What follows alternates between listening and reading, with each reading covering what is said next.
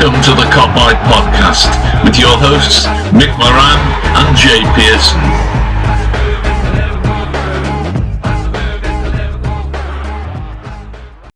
Hello everyone and welcome back to the Kopite podcast. I'm Mick Moran as usual. I'm joined once again by Jay Pearson. Jay. How's it going, mate? I'm alright to you? Again, I feel like you're what I see you more than I see my wife. Best way to be, isn't it? Well, yeah. Anyway, we're joined by a special guest today. He's a former Reds midfielder. He's played for Newcastle, Reading, Blackburn, amongst other clubs during his career. He now plies his trade at Walsall. It's, of course, Danny Guthrie. Welcome, Danny. Hi, mate. You okay? How's it going? How's lockdown? Yeah, not too bad. Used to it now. Obviously, just want some clarity of when we can go back training. We've got individual programs we're doing at home every day, running. But like everyone else, just waiting for the words so we can go back training and hopefully get this season finished. Yeah, of course. It must be horrible. Like, obviously, we touched on before we started recording. It's hard enough for us fans waiting around, but as a player, it must be just tearing your hair out, just wanting to get back and playing football again. Yeah, it is. It's just the uncertainty of not knowing when you can go back. I mean, if there was a date where we knew, we've worked towards dates, that have come and gone, and we've got dates in mind, but obviously it all hinges on this government announcement next week. And like I said, if there was a date that we could know we were going back to, you wouldn't mind. It's just, there's a possibility that we might not go back and finish these games, and we might have to wait to start next season, God knows when. So that's the bit I don't like. Yeah, exactly, mate. As long as it's safe and everybody's okay, then let's crack on, eh? Yeah, exactly, yeah. So anyway, Dan, we'll just crack on with the start of your Liverpool career, really. Obviously, we talked before we started recording about how you were once a Man United product. Yeah. How did that all come about, and how did you end up leaving and making the move to Liverpool?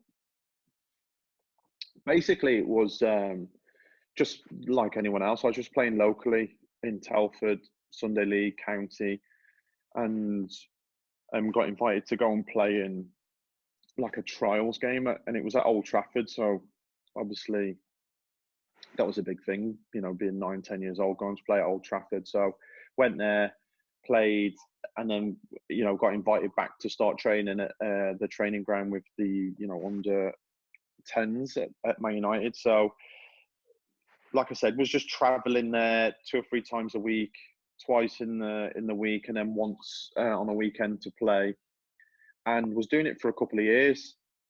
But it was a funny one, because obviously I don't know what it is now, but at the time a lad couldn't travel more than an hour and a half from his house to be at a club, and it was real borderline traveling sometimes, and sometimes it would take a lot more with traffic and stuff on the M6. So there was always that problem, and Man United were not committing fully because of obviously the travel restrictions and stuff like that. So like I said, Liverpool come along when I was about 12 and just give us some more security, help my family out, my mum and dad with the travelling. And obviously, like I said, once I'd been to the academy at the time, the academy was top notch, and had never been to a facility like it. So, I was delighted to join, and signed an official contract with them there and then. Brilliant. Was you a Man United fan growing up? No, I was a Liverpool fan because my nan was a big Liverpool fan. So, awesome. But at 10, it wasn't. I was only interested in me at 10. Yeah, exactly. Yeah. I feel that though, mate, with your nan and stuff. I think it's really good with family heritage and stuff like that. It's brilliant. That. Yeah, it is. Yeah. All right, mate. At that age, I just want to kick a football. I don't really care what. Yeah, I liked all play. Like, I'd have posters of all teams, like the original Ronaldo in his kits, and loads of teams on my wall. So, it's like at 10, you just love football, don't you? Of course. Yeah. So obviously you joined. I think you joined Liverpool in 2002, was it? Yeah, it would have been around that time. Yeah, and just progress through the the academy system, and obviously the aim at 12, 13 is you've got a couple of years to earn your YTS, your scholarship forms, and luckily I did that.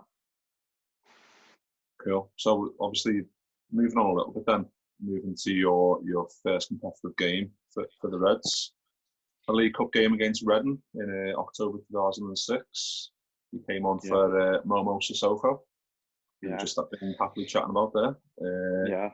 How did you feel making your debut? Just obviously you were only 19 at the time. How much did that mean to you?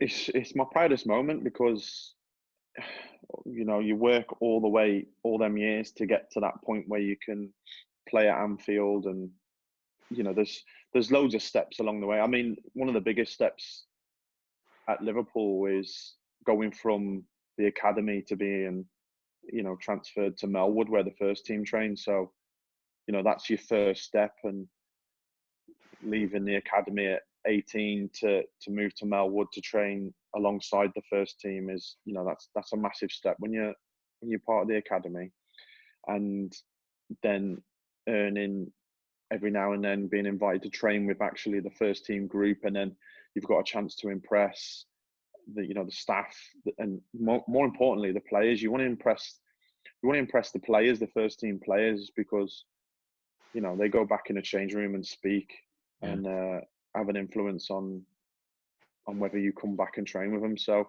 there's loads of little steps along the way, and like you said, once I was on the bench for that game, and it was like I said, it's my proudest moment because you work all them years to get to that point, and to finally come on and get a warm welcome from the crowd, it means the world to you. Imagine it's special for, I think, like you said, you've got an affiliate with Liverpool.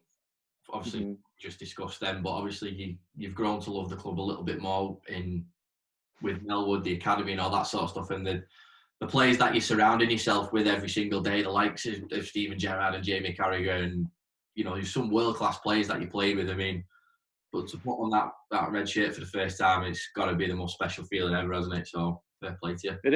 It is, because when you've been with the club since you were like 11, 12, you feel like a local. I mean, you buy into all the history, and you buy into the area. I moved to Liverpool when I was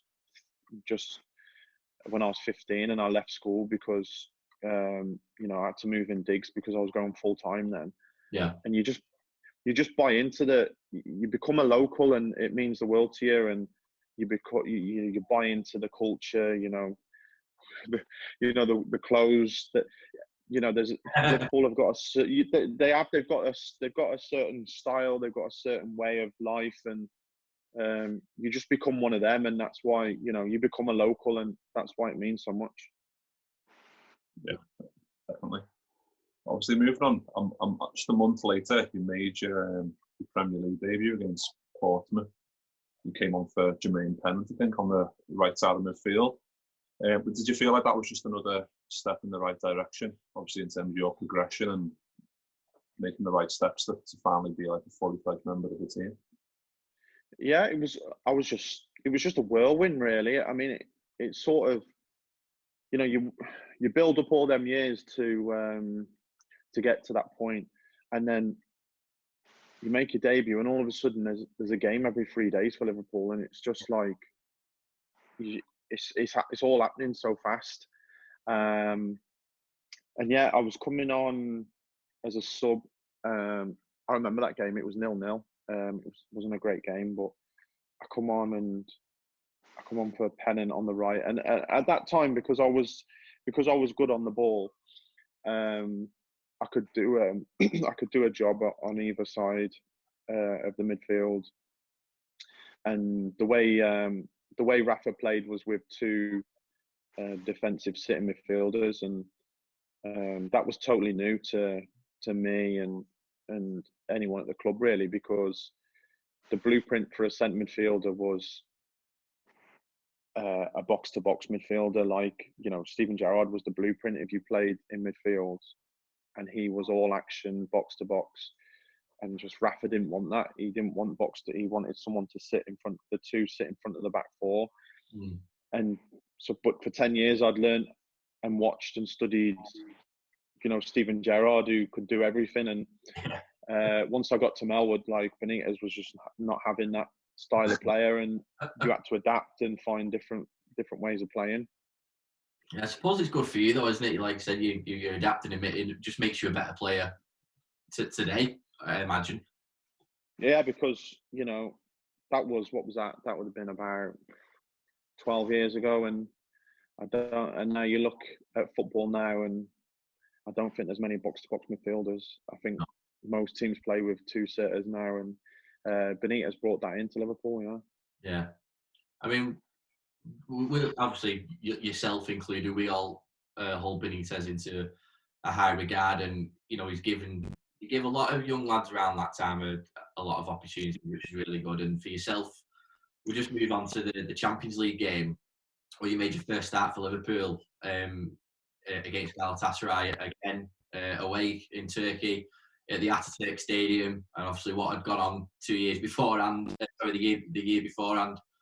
I mean, that must have been special, knowing that you were going to go play in the same pitch where we'd lifted the European Cup a year beforehand, and getting that opportunity. Obviously, we'd already qualified anyway, but playing in the Champions League game for Liverpool in that stadium again for yourself must have been amazing. Oh, honestly, it was obviously because I'd watched the Champions League final the year before, and if you'd have told me a year later I'd have been playing on the pitch for the first team, like, it's just, that's how fast it happens. You just never see it coming. And like you said, it was a game where Liverpool have already qualified, but it was still the biggest night of my life. And the atmosphere was brilliant, and it was everything that you would expect, you know, on the bus with the flares and the Turkish fans. They were mad. So the game just it was a different level. It was a different level. The Champions League, it was a different style, and I think we got beat 3-2 possibly. Yeah. And but it was a great experience, yeah. And but at the time you just don't take it in. You just think it's normal that, you know, this is my path, and you look back and you think, bloody hell, never, like I played in a Champions League game. You know, at the time you think it's normal, but it's not. Yeah. Oh. Yeah, I think Fowler scored twice. I think it was obviously, like you said, it was a massive game for yourself. But I think because we'd already topped the group, obviously Rafa put you in. I think he put Lee Peltier in as well. So obviously it was huge for you two. But even still, it was a great experience for you. And obviously we've touched on Rafa. What did you make of him? Like working with him as a coach?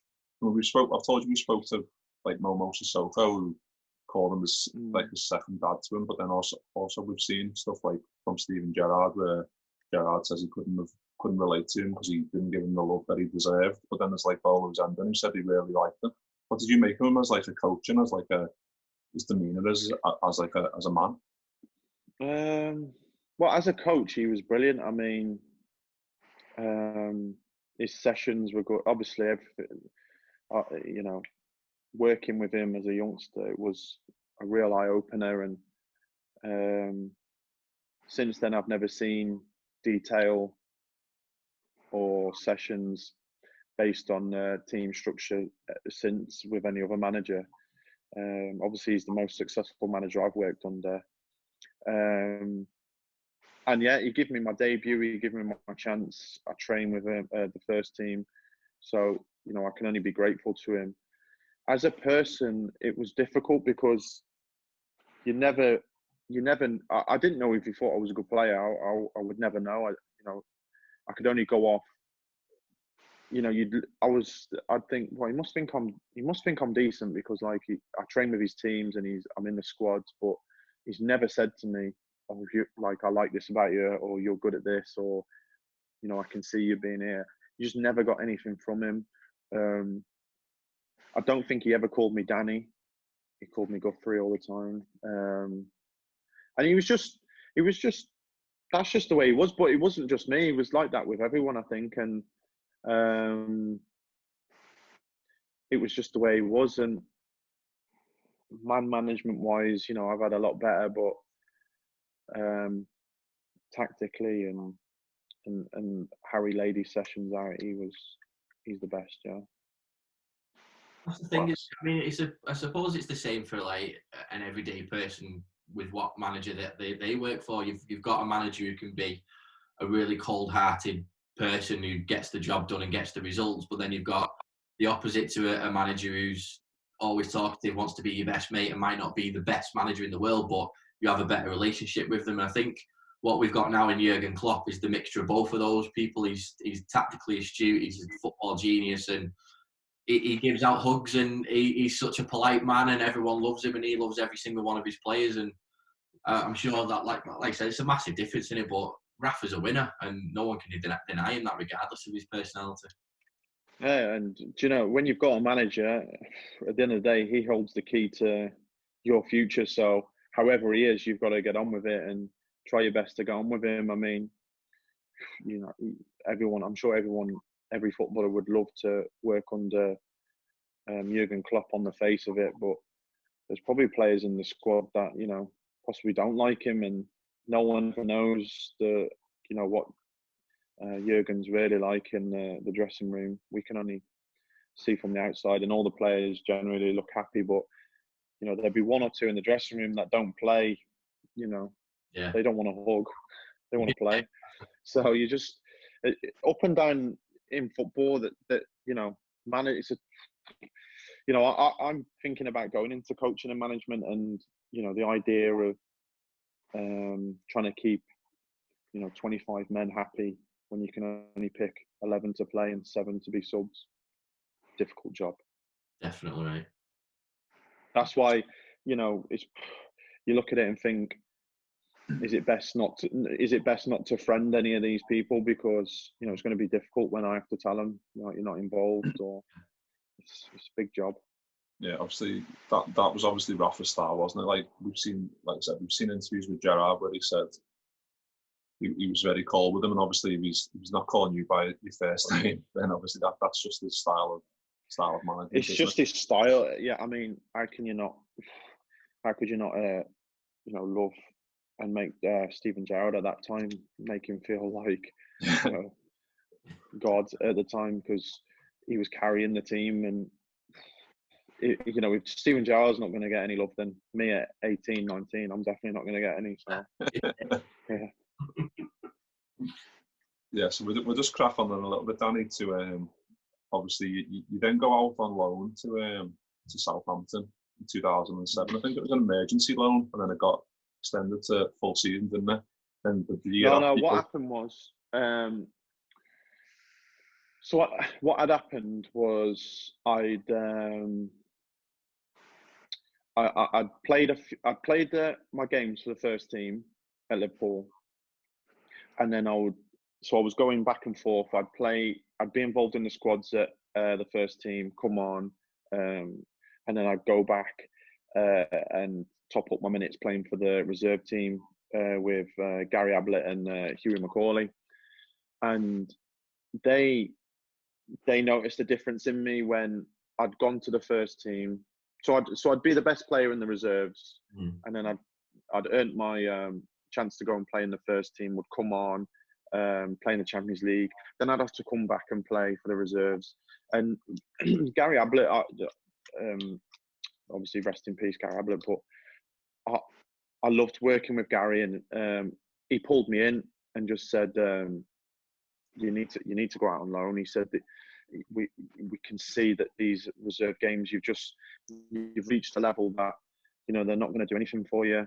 And I didn't know that was. I thought I was still giving the same, but he noticed a difference. And Southampton come in. I think it was about March or something like that, and they were a really good team full of really good players, and they were pushing for the playoffs. And so they had important games left, and it was a good opportunity for me to go there and play, and be a big part of a team pushing for promotion. So obviously I went down there in the March, and we made the playoffs and got beat in the semi-finals. But that was a great experience of being involved in a team that were, you know, pushing for something and being a bigger part of it. And like I said, that team was full of, I think Gareth Bale was playing left back at the time. We had Kenwyne Jones up front, Sermon, Dyer, Best. It was a really good young team. Yeah.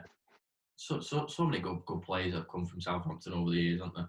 Oh, yeah, really good academy they've got down there. Yeah, Lallana was there as well at the time. Oh, yeah, he was a young player there, really good. Yeah.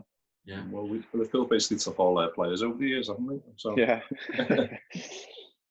Anyway, then you go to, obviously you have that great time at Southampton, like you just touched on. The year after, you go to Bolton for a year. So after those two, obviously you've made the natural step. Obviously, you're not getting the minutes you want at Liverpool, so you're going out on loan to try and get the progression. Obviously, you've got to have what's seen that you need that because you've reached a certain level. After those 2 years, did you still think in your heart that you're now going to come back down and buckle down and get a proper spot at Liverpool, or what were your thoughts?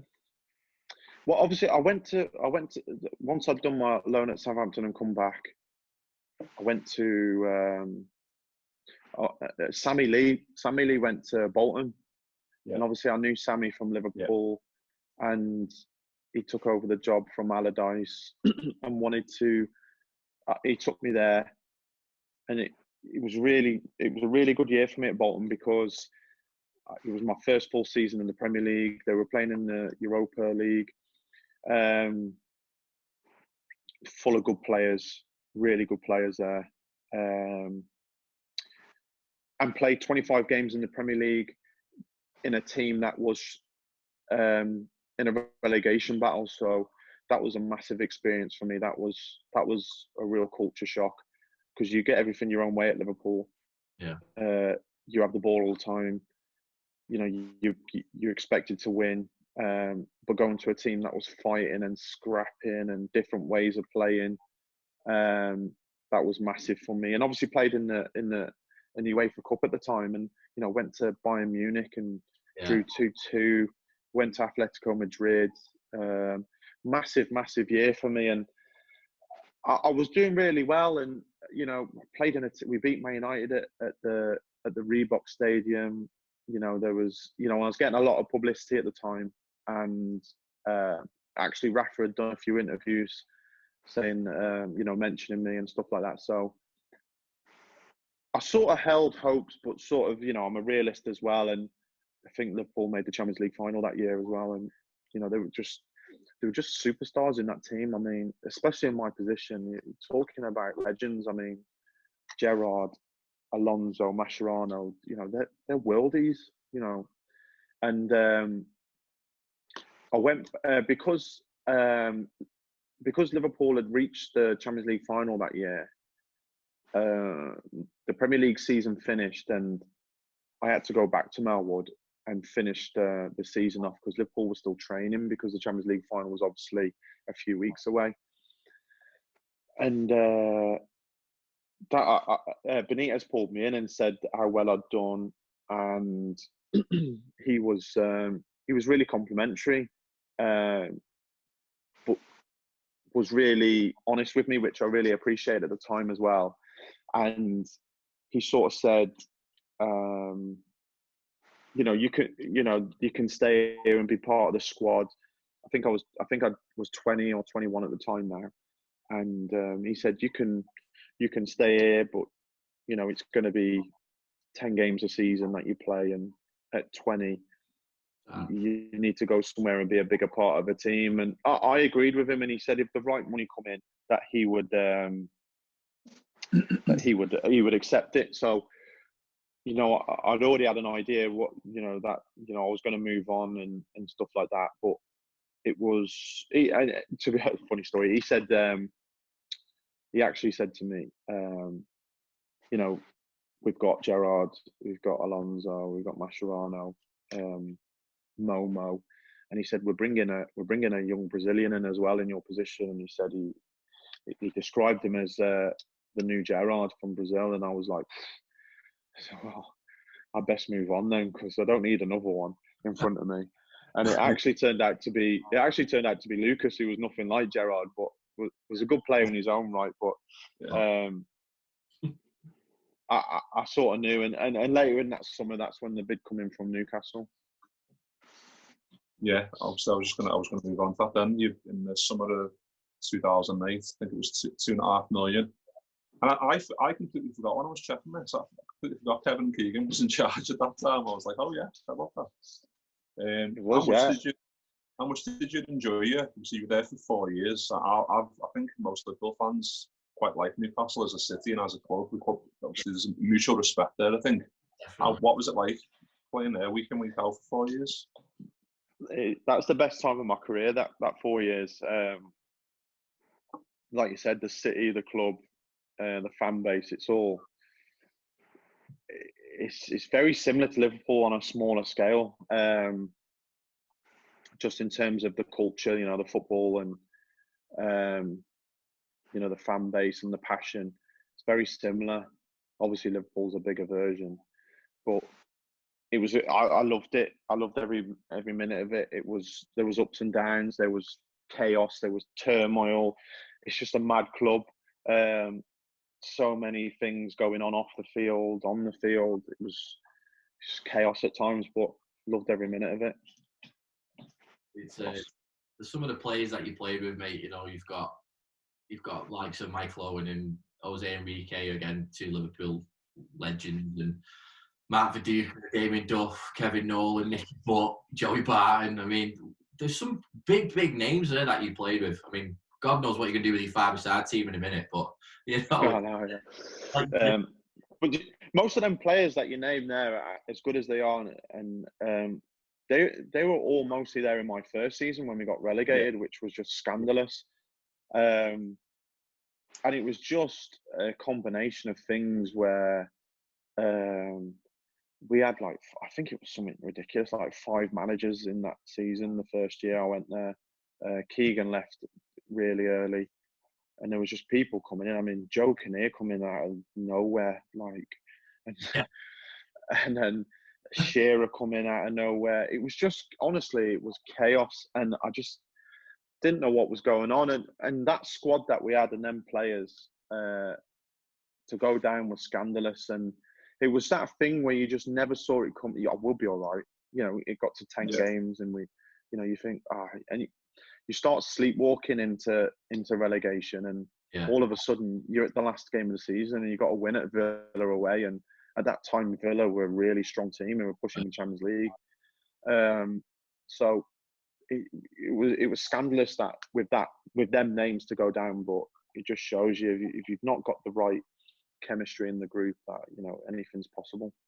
Yeah, and I'm glad you've touched on that, because I was just going to bring it up with the likes of, when Keegan left, and Joe Kinnear comes in, and then he's obviously the surgery that he had on his heart and stuff, and then you've got Shearer coming in, where you think, well, that'll give everybody a lift. Newcastle's arguably the greatest ever player who's coming in to take over, and again, I think we all agree that it was great on paper, and the idea of it obviously didn't work out, but to be relegated, after 16 years, it must have been so difficult for you on the pitch with all that going off the pitch as well. It was because having that many managers, it's just never going to work. I mean, any manager needs time, and you get a little impact for the first couple of weeks. It lifts everyone, but every manager comes in, he's got different ideas, he's got a different style, he wants to do this, and you just never get time to do it. And it was just one after the other, and it was just a disaster off the field. There was turmoil because the fans were protesting every week, and then we weren't winning. The fans were turning against the players. It was really difficult. Yeah. So it just that thing of chemistry, having a structure, a settled team manager, and we just never had it that season. It's gutting for everybody for Newcastle to go down. Like I said, with loads of Liverpool fans love Newcastle as a club, and to see them go down, it was weird. Like you said, that you've got all those great players, and you see Newcastle United getting relegated, and you think, oh, gosh. Yeah, it was. And the club never seen it coming either, because none of the players would have a relegation clause in their contract, so it was never even a thought. And because of that, we kept most of our players. I think it was Owen left to go to Man United. I think it was only Owen and one or two others that left that squad. And that squad was in the Championship the next year, and it was almost unfair. I mean, we ran away with it. We, especially at home. I mean, we could be 3 or 4 up after half an hour, and the game would just be dead. It was a frightening team to have in that league, and we ran away with it. But that was a great year because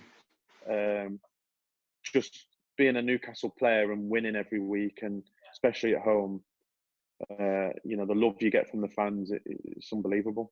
I was going to say they deserve something like that, didn't they? Because they've not had that type of run in competitions for years and years, and they've not celebrated trophies and stuff. So it must have been amazing for the Newcastle fans to have that. For being. It was the buzz around the city and the buzz in the ground was incredible. It was the best footballing time of my career in terms of going out and enjoying and getting loved, and the atmosphere in the ground. It was incredible. Yeah. So I was just going to, before we move on to the next season, Dan, I was just going to ask you about that first season. And obviously you came up against a really strong Liverpool side at St James's Park. I was there. It was 5-1 to. Yeah, I remember it. Yeah, I remember it. Yeah, it was a mismatch. Just how good was that Liverpool team? Obviously, we were pushing for the Premier League title that year, and obviously it felt like a Steven Gerrard Shea Given game. Shea Given was just like Superman that game. How good was that team? Did you think, and how hard was it to play against? Liverpool come second that year in the league. They might come second that year, mightn't they? Yeah. Oh, they were streets ahead of us. I mean, it was a mismatch. I mean, you couldn't get near anyone. They were just strong all over the pitch. Physically good, technically good, tactically good. They were almost a complete team. Yeah, there wasn't a weakness anywhere on the field. I mean, centre back. Who was Daniel Agger playing centre back, and what a player he was. It was just that was a really good team, and probably one of the best teams I've played against. Yeah. Spot on. Okay. Anyway, Jay's just touched on some of the characters and the players in the dressing room. I've got to ask you about Joey Barton, because what was he like? I know you play with him for, I think it was 3 years, and he gets a lot of grief from Liverpool fans, obviously because he's a boy of blue, and obviously because of that horrendous French accent when he went on loan to Marseille. What did you make of him in them 3 years? And have you got any funny stories to tell us about anything in the dressing room you get up to? Do you know Joey? Yeah, Joey's a really nice lad.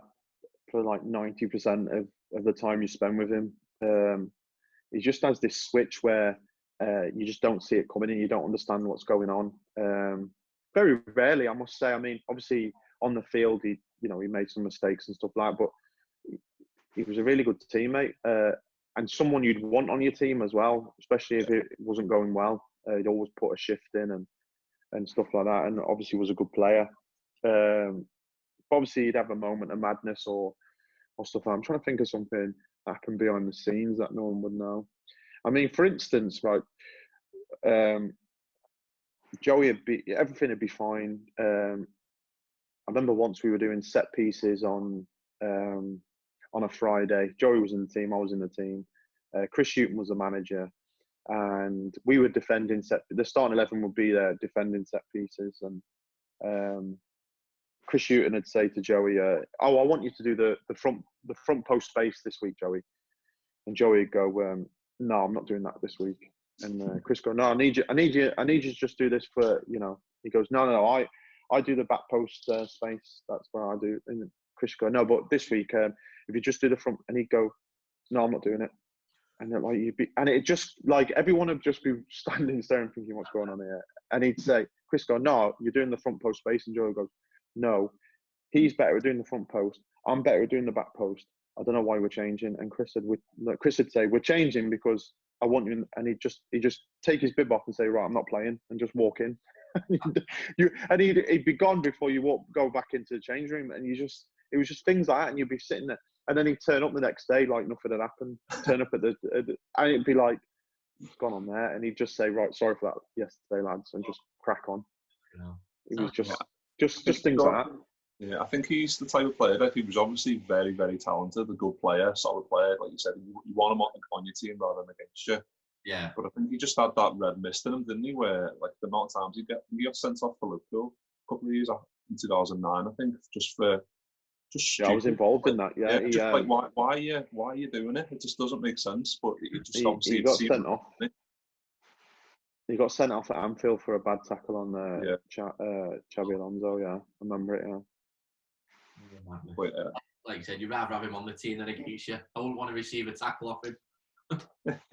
No, he was a good. Joe was a decent player, and like I said, he's someone you'd want in the trenches with you. You know, he'd stand up and be counted. So definitely. But it's few and far between moments like that. And the majority of the time, Joe was fine and lively in the dressing room and funny. So never had a problem with him. Cool.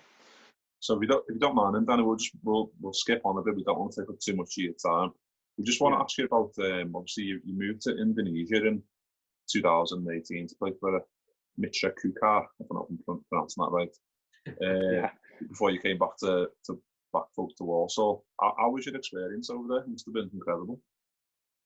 It was basically I was coming to the end of my contract at Blackburn, and I've always had an ambition to go and play abroad. I always wanted to go and play abroad, and I was 30, and I thought, and my kids were still young, so I thought, right, now's the perfect time. If I'm going to do it, it's going to be now. And obviously, I'd already started speaking to clubs months before, and at that time, Asia was a real. Asia were making big moves to try and get their leagues a bit more exposure to the leagues, and the Indonesian league, I didn't know anything about it, but I kept getting approaches from there, and actually had a phone call from Michael Essien, who was playing over there at the time. Carlton Cole. They were just obviously worked with the agent in Indonesia, and they were telling me how good it was and this and that. So it just felt like the right time, and my family could live in Bali, which is obviously lovely, and and the schooling and stuff was fine. So it was just right now or never, and I decided to do it. And obviously, I'm not going to go all the way to Asia if it's not financially rewarding. That goes without saying. But it was also a lifestyle, and I really wanted to challenge myself to go somewhere out my comfort zone. A different language, different culture, and different climate, and give it a go. And I've got to say, there was tough times, and it was, there was some things that you would never get your head around, but I really enjoyed it. Yeah, fair play to you, mate. It's a bold decision for anybody to make from England, because you always think about how many times do English players go abroad and do really well. It's like I said, few and far between. So for you to do that, mate, you've got some balls on you, mate. Fair play to you. You know what I mean? It's good. Yeah. Well, you know what? It was really, it's funny to say at 30, but I had to really, playing in the Premier League and the Championship, you have everything. You don't really. Everything's done for you. Everything's handed to you. It's all piece of cake. You go there, and some of them luxuries are taken away, and it's like, bloody hell, like I have to grow up a little bit here. It's mad to say at 30. It's some of the things. Some of the stories. So the biggest thing, the hardest thing about the whole thing was the travelling. I mean, I had no idea, but Indonesia is massive, and I had an away game once in Papua New Guinea. I don't know how they're in the same league, but I was flying past Australia, and it took 3 flights, 24 hours to get to this away game. It was incredible, and I got there, and I was shattered. I couldn't believe I was playing, and I turned. Papua New Guinea on the eye is beautiful. I mean, visually it's lovely, but there's no internet there. There's no mobile towers or nothing. There's no internet. It's just real like basic place. It's mad. Well, at least you can say you've played there, mate. Not many people can tick that country off the list. So yeah, and obviously Bali was lovely, but Bali's great. Dan, we've on our YouTube channel we've got a show called the Squad Number Show, and what we do is we visit 1 to however many, and we look back at who's worn that squad number for Liverpool. We've only done 3 shows at the minute because of lockdown, but we always asked our guests the squad number that they wore for Liverpool. So obviously you wore 35, if we're not mistaken. Was there any significance to that, or was just that was the number you got given?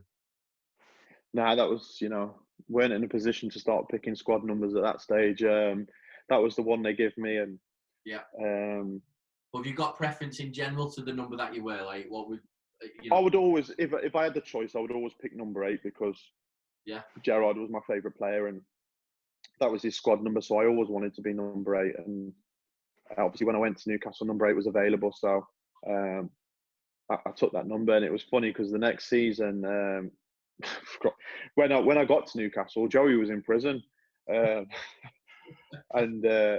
when he come out and realised I'd took number 8, he tried to buy it off me, but I just wanted number 8. Why doesn't that surprise me? But it was the number I wanted. Cool. Yeah, so Danny, we'll just finish with obviously at the top of the podcast, or before we started recording, I asked you about your ultimate 5-a-side team that with players that you've played with. Yeah, I don't know. I don't like if I'm going to do it. I don't like really like. Obviously, I played for Liverpool, and I played with some great players, but I don't like. I could just pick if I did it off players. I'm just gonna or I played with. They'd all be Liverpool players because they were the best players. Yeah. I like where you're going with this. I like it's different. So I don't really want to do an all-star Liverpool team because I didn't really play unless I played a full season somewhere. I don't think I should pick players from that team. So I'm gonna not pick any Liverpool players. But obviously, if it was based off players I'd played with, it would be a full Liverpool team. So the best goalie outside of Liverpool, because Reina would have been the best, would probably be Shea Given. Yeah, that was in my head. I thought you'd pick him. Quality. He was class, yeah. Shot stopper, quick, not very big, but Shea would be the best goalie outside of Reina. Defender. Ooh. I'm going to go for a centre back. And I would have to pick Colaccini. And Colaccini was really good. Colaccini was really good because he was good on the ball, but he was nasty. Yeah. He had a nasty streak, and them South Americans, especially Argentinians, they got a little streak in them. And I like Colo because he wasn't the tallest, but he was aggressive, and he was a really good player and had a great career at Newcastle.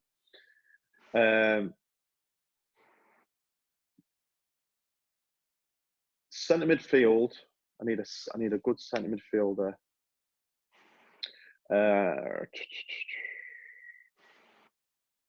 I'd pick Nicky Butt.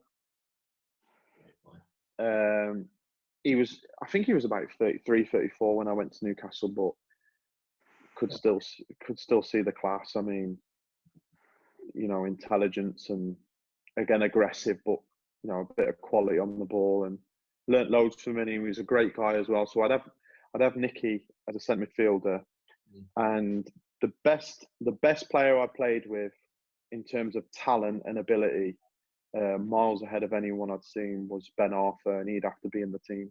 That was good. Good choice. I mean, at Newcastle, he was if he was motivated and on it, he could play for any team in the world. And I actually remember a game. Liverpool come to Newcastle when Kenny Dalglish was in charge, and we battered him.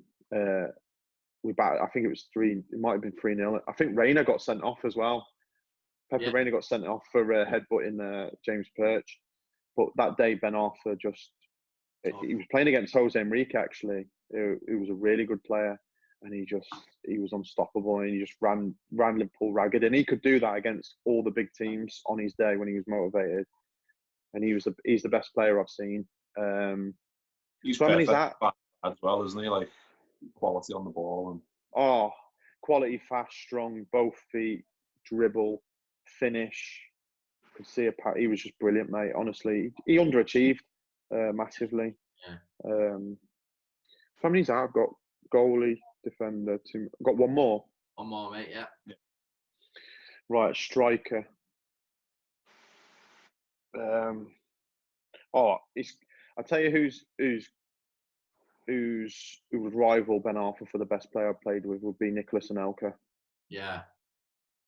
So I played with Nico at Bolton for 6 months, and he was on a different level. Do you know, it's funny, sometimes you play with players and the elite players, they just run different, they move different. It's like they float, just so athletically better than anyone else, and he was in that category. He didn't break sweat, and he was better than everyone. And obviously from Bolton, he went on and had a really good run at Chelsea and won the league and stuff. But really good guy as well. He was, he's got a bit of a reputation for being this moody, sulky Frenchman, but he was a really good guy in the changing room, and well respected because of obviously how good he was. So he'd be my striker. That brings back bad memories, because obviously we should have signed him back in 2001, and we got Juve instead, unfortunately. Picked Juve as well, yeah. I was playing with Juve. It was funny because I was playing with Juve in that team with Anelka as well. What did you make of him then, Juve? Because obviously Liverpool fans don't really like him for the way he played for Liverpool, and just some of the off-field antics and what he did at Celtic and all stuff like that. What did you make? Listen, he was a good player. He had loads of ability and had a little bit of class, but just didn't really, it's not someone you'd want on you. I don't know. I would, if I was a manager, I wouldn't sign him. I think it'd take a certain manager to sign him, and a certain team. He has to play in a certain team and stuff like that. But you know what? I got on with him well off the pitch. He was funny in the dressing room, but not my cup of tea in terms of, football wasn't taken as serious as I think it should have. So. Yeah.